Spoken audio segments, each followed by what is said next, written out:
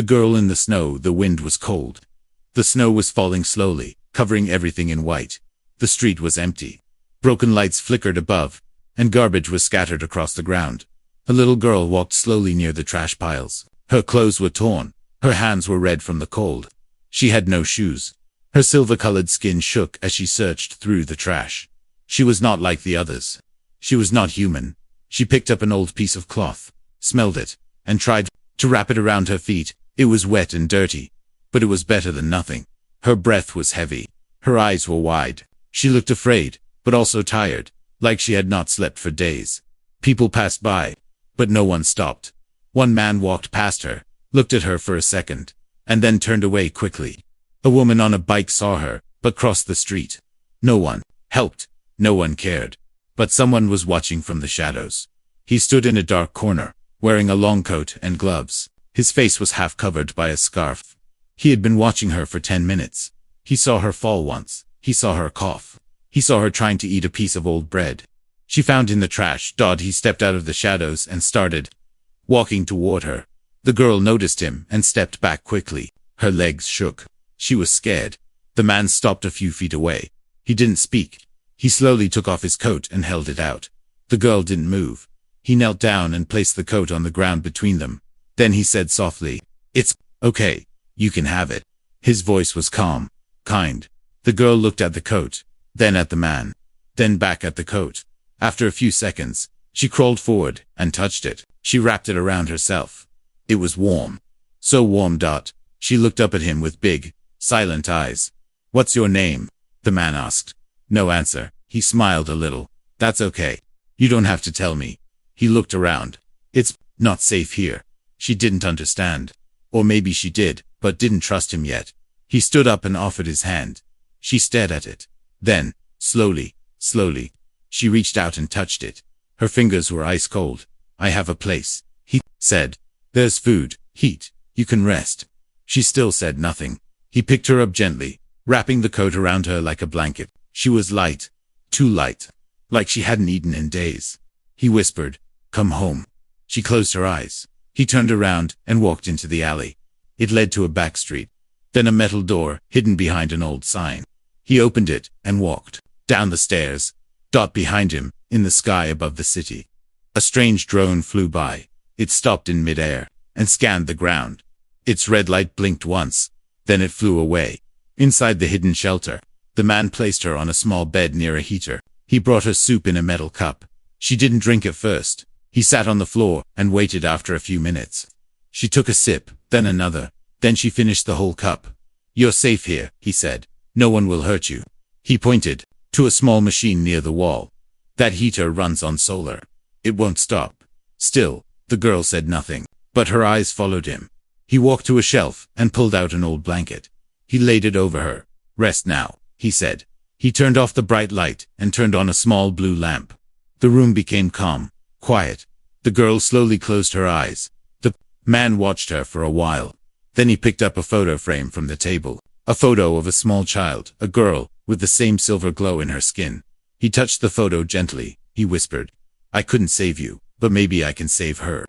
Outside, the snow kept falling. And somewhere in the dark sky, something had noticed. The girl slept for hours. Her body, weak and frozen, finally rested. The small underground room was warm and quiet. Only the soft hum of machines filled the air. The man sat nearby, not sleeping.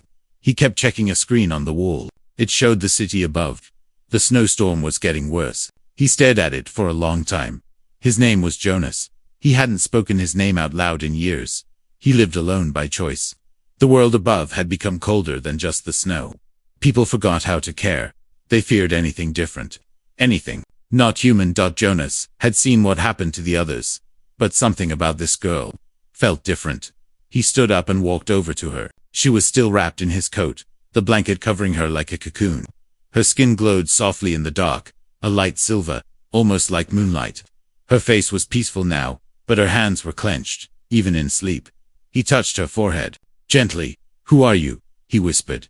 He didn't expect an answer, but the machines in the room gave him one. Beep. The scanner near the heater lit up in red dot. Jonas turned fast. He hadn't even used that device in years. He stepped toward it and saw the words, Jennifer detected. Warning, experimental hybrid. Level 5 clearance required. His heart dropped. He stared at the girl again. She wasn't just a lost child. She was something. Forgotten. Maybe something created. He remembered the war. Years ago, humans had tried to mix machine and life. They called them hybrids. Part flesh, part tech. Weapons, they said. Perfect soldiers. But the program was shut down after the hybrids became too unpredictable, too human. Most were destroyed. The rest disappeared. Jonas had thought they were all gone, until now. He moved to a metal cabinet and unlocked it. Inside were old files, hard drives, and a photo. He pulled out the photo, a young silver-skinned girl, smiling, holding a flower. He whispered. Her name was Lyra. Lyra had been one of the first hybrids. She lived with Jonas and his wife during the early experiments. They were scientists once, before everything collapsed. But Lyra died. Or so he thought. Now this new girl, this silent, scared girl, looked almost the same. Was she a clone? A copy? Or had Lyra somehow survived? The girl stirred. Jonas rushed. To her side, she opened her eyes, pale blue, almost white. She didn't speak, but she looked at him now. Not with fear, but curiosity. He tried a gentle smile. Can you understand me? She blinked. Then she sat up slowly, holding the coat tighter around her. Jonas offered her water. She drank, carefully. My name is Jonas, he said. You're safe here. Still no words. He stood and pointed to the machines around the room.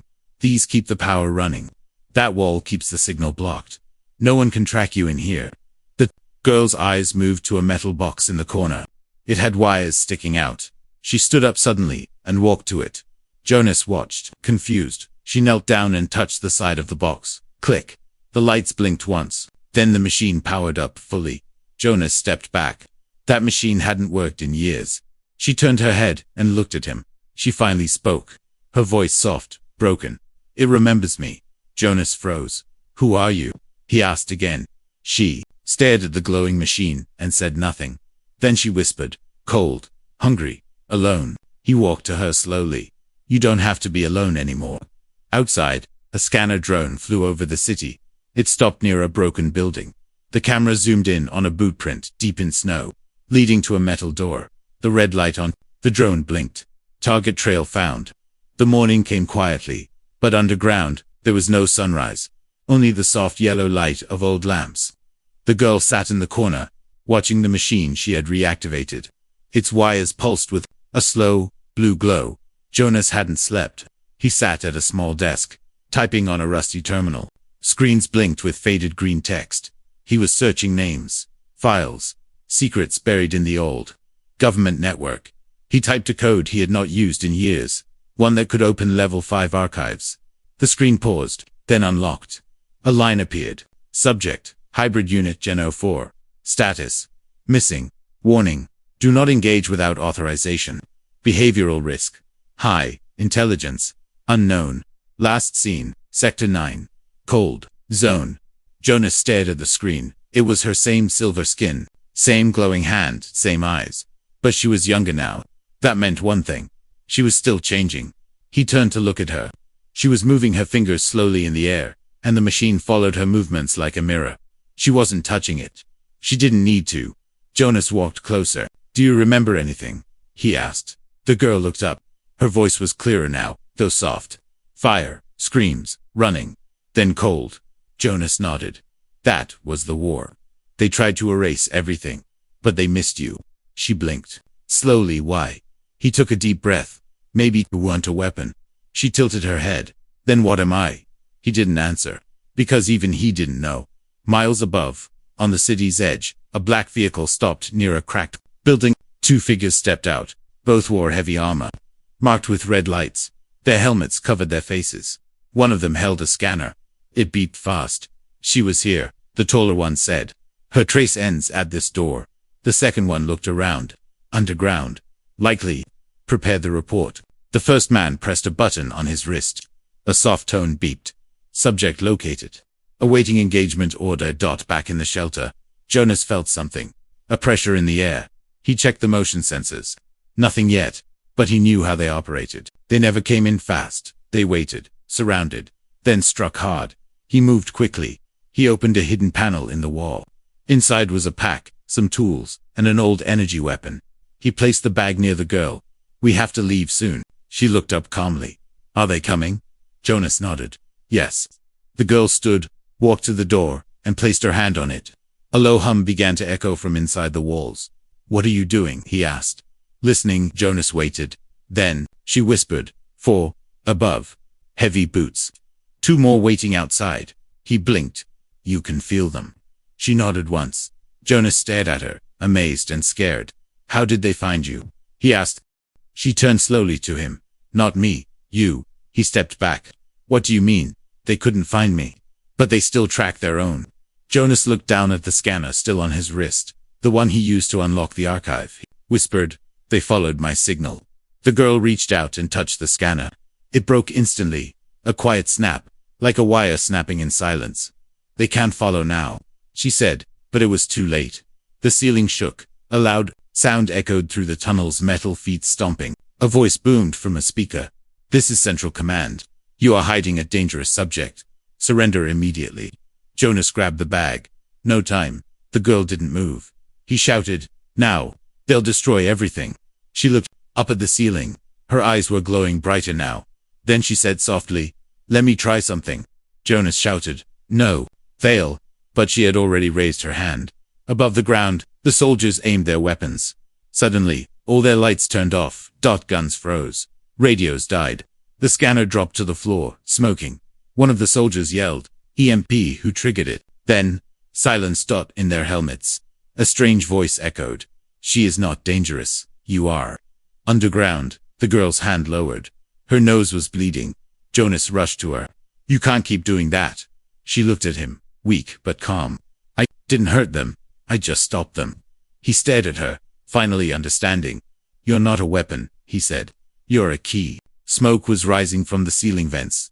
The power in the shelter blinked off and on, like a heart trying not to stop. Jonas grabbed the girl's hand. We can't stay here. She nodded. Her legs were shaky, but her eyes were clear, strong, brighter than before. He led her to the back wall, where a steel hatch waited. He had sealed it years ago, hoping he'd never have to open it again. But now, there was no choice. He slammed his palm on the panel. Clunk. The hatch creaked open. A long, narrow tunnel stretched into the darkness. This goes under the city, he said, but we'll have to move fast. They won't stop. The girl stepped in without fear. Above them, the soldiers were regrouping. Their systems were still fried. They couldn't see, couldn't track, couldn't speak to command. The leader cursed under his breath. Whatever she is, she's learning too fast. Another soldier looked around. Orders. Set charges. Collapse the tunnel. Don't let them escape. Underground, the path was tight. Pipes ran along the walls. Water dripped from cracks in the ceiling. The smell of rust filled the air. Jonas held a flashlight in one hand, the bag in the other. The girl followed silently. Every step they took echoed like footsteps in a giant, sleeping cave. How far? She asked quietly. 5 blocks. Then there's an old exit near the edge of the city. She looked up. They'll wait for us there. I know, Jonas said. That's why we're not going to the exit. She frowned. Then where? He stopped, shined the light into a gap in the wall. A ladder disappeared down into the dark. Down, he said. She tilted her head. What's below this? Jonas took a breath. Something even they forgot. They climbed lower and lower. The air got colder. The metal walls were covered in dust and age. When they reached the bottom, they stood before a massive sealed door.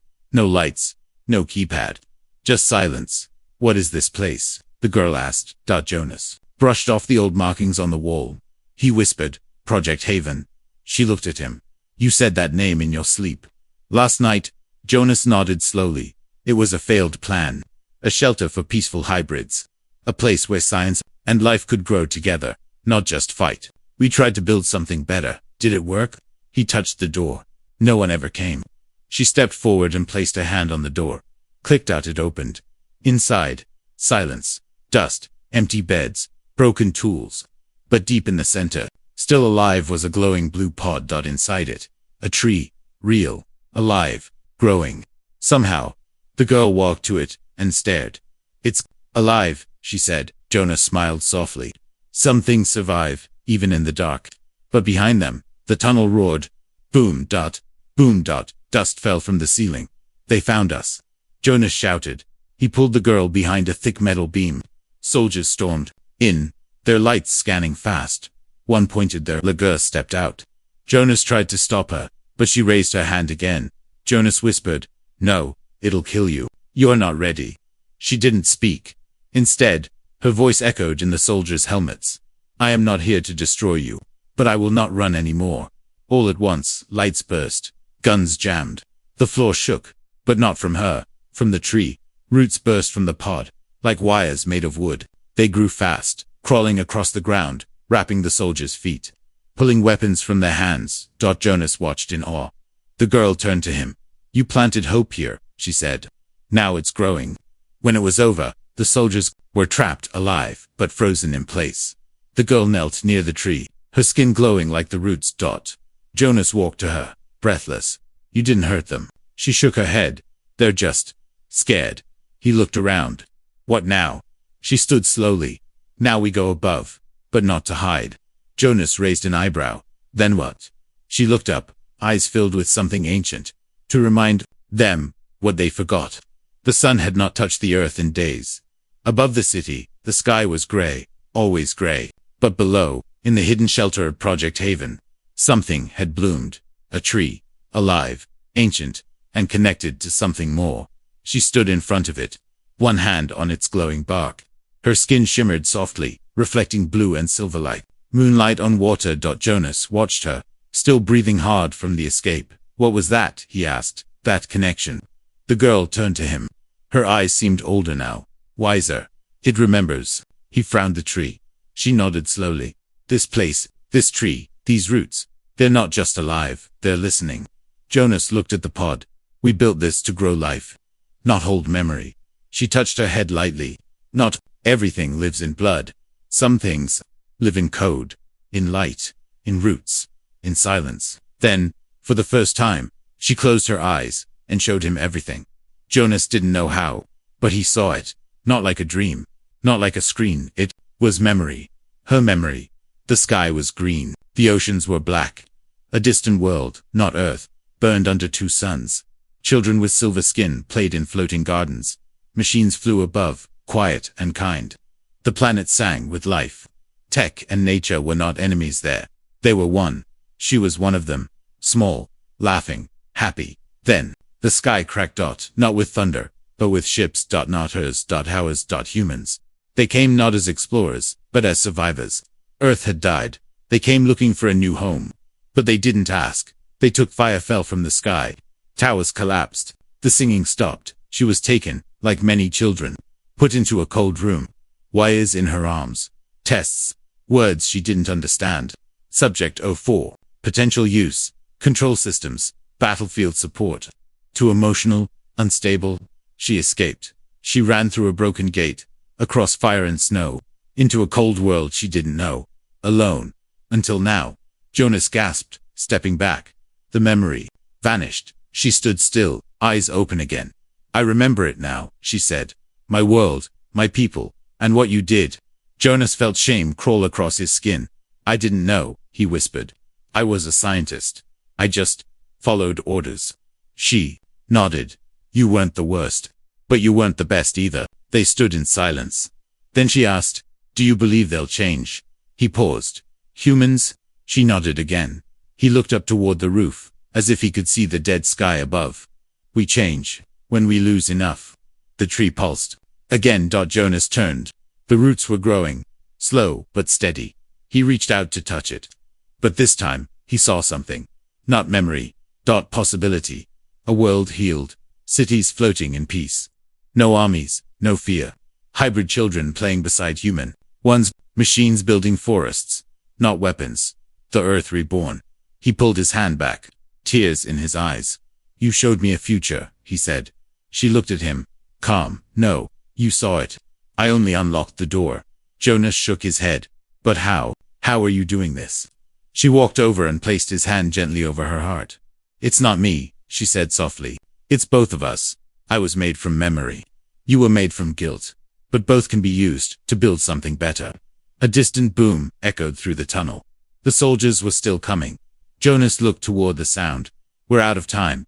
She nodded. Then let's use what's left. She stepped back to the tree. One final time, she placed her hands on its bark. Her body lit up from inside. Her veins glowed like circuits. The tree answered with light of its own. The walls shook, but this time, not from war, from awakening. Machines, long buried, came to life. Screens blinked. Doors unlocked. Roots broke walls, not to trap, but to clear the way. She turned to Jonas, her voice strong now. Project Haven wasn't a failure. It just needed someone to believe in it. Jonas took a deep breath, and someone to remind us. The roots of the ancient tree pulsed with a soft blue light. The walls of the old shelter breathed again. Machines that had slept for decades were now awake, humming, blinking, waiting for orders. And in the center of it all, she stood glowing.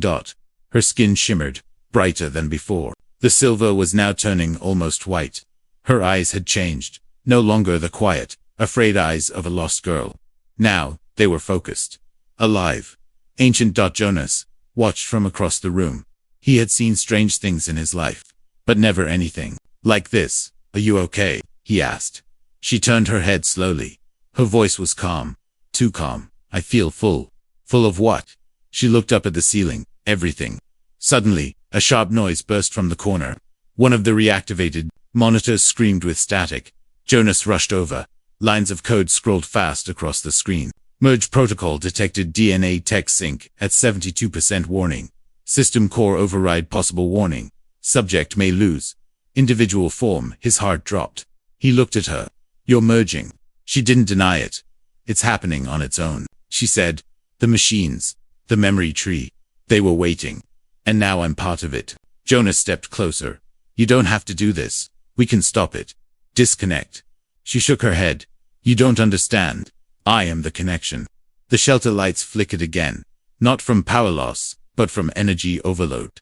Even the air felt different now. Electric, heavy, he whispered. You're not just a hybrid, you're the bridge. She walked to a circular platform in the center of the room. It was once a control station. Now it pulsed beneath her feet, like a living heart. I can hear them, she said.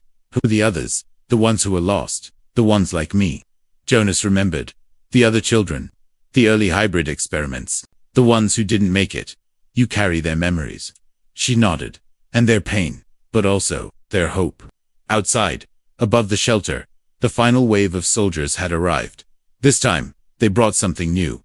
Not weapons. Not drones. But a machine. Large. Black. Floating, it looked like a ship. But it wasn't here to fly. It was here to erase. Unit. Null cleanse mission. System reset target. Uncontrolled hybrid deep underground. Alarms triggered. Red lights flashed across the tunnel walls. They've sent the cleaner, Jonas said. It doesn't take prisoners. The girl stepped off the platform. She was different now. Not scared. Not cold. Not small. Her voice echoed through the shelter. Not loud, but powerful. Then we don't run anymore.